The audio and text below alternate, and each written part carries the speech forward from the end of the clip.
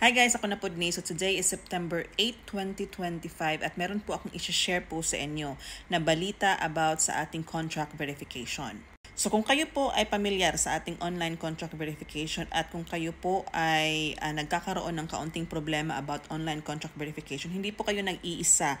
So marami pong nagdi-DM po sa akin na naka-experience po sila ng kaunting glitch about the online contract verification. Minsan nagtataka sila bakit hindi na po sila napupunta sa eKYC, which is hindi ko po yan i-explore pa kung bakit hindi po sila napupunta doon, pero nagpo-proceed po ang kanilang application, meaning po successful po ang application nila for online contract verification. So kung nag-success naman po at nakuha nila ang kanilang mga verified contract at OEC, then I think that solves the problem. Pero may isa pong problema na na-mention ng ating mga kababayan na pamilyar po, marami po ang nagdi-DM din po sa akin, nagko-comment kung bakit nga po pala hindi lumalabas ang kanilang mga OEC after doing the online contract verification.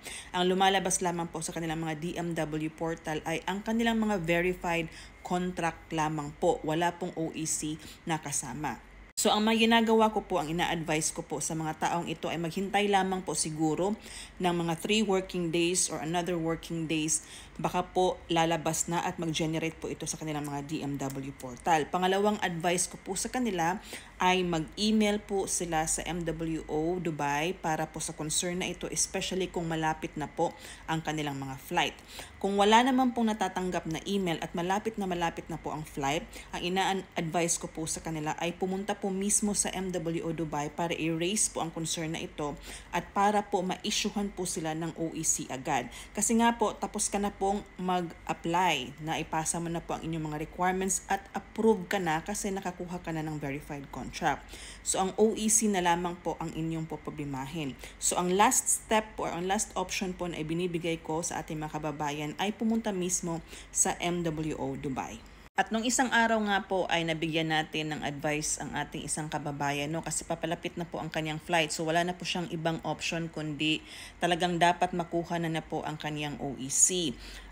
Nagbanggit po siya kung pwede ba siyang kumuha ng OEC sa Pilipinas. I suggest na parang hindi kasi nga tapos ka ng mag-online verification and of course siguro pending lamang for generation or printing ang inyong mga OEC. So baka mag-double ng aplikasyon, magka-problema pa po sa pagkuha ng ating mga OEC. So ang kanya pong ginawa, pumunta po siya mismo sa MWO Dubai as I advised. Dala-dala po ang proof na nakapag-verify na po siya online, dala-dala ang kanyang verified contract, dala-dala na din po niya ang mga requirements ng contract verification just to make sure at ang kanyang confirmed flight ticket.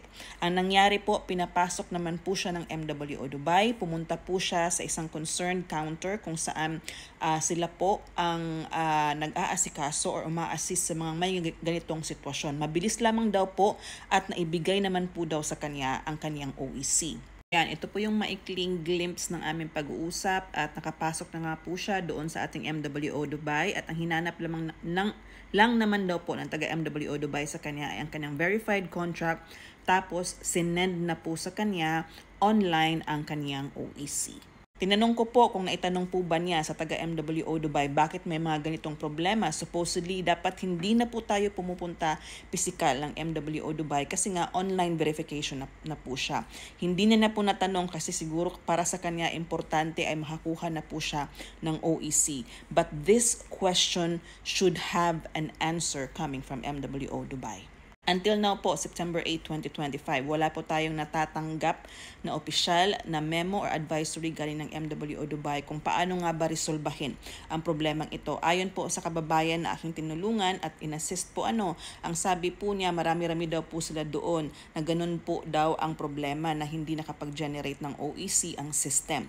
So wala pong naibigay na eksplanasyon kung bakit nagkakaroon ng ganitong problema. So I really hope that one day makakita po tayo ng opisyal na statement galing sa MWO Dubai kung bakit nga ba nagkakaroon ng delay when it comes to OEC generation.